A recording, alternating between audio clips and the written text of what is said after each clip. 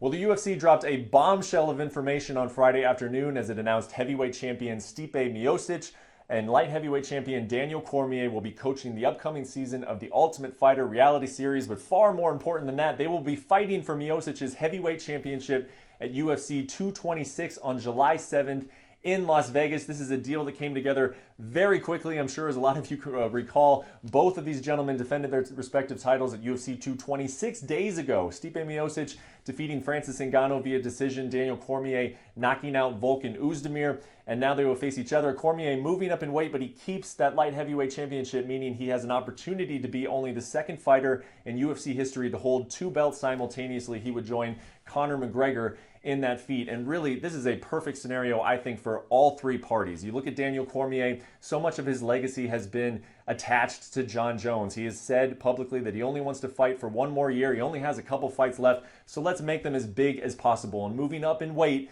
to fight Stipe Miocic for the heavyweight championship, it doesn't get much bigger than that. For Miocic, he just set the record, the UFC record for consecutive title defenses in the heavyweight division. He has 3 of them, so now he needs a new opponent. This guy has been dominating the heavyweight division for so long. He was looking at a lot of potential matchups. You know, that newness, that new feeling of Francis Ngannou, a new contender, that was no longer there. So now he gets that with Daniel Cormier, a guy who was ranked in the top 10 pound for pound. And for the UFC, it gives them an anchor to hold down that summer event.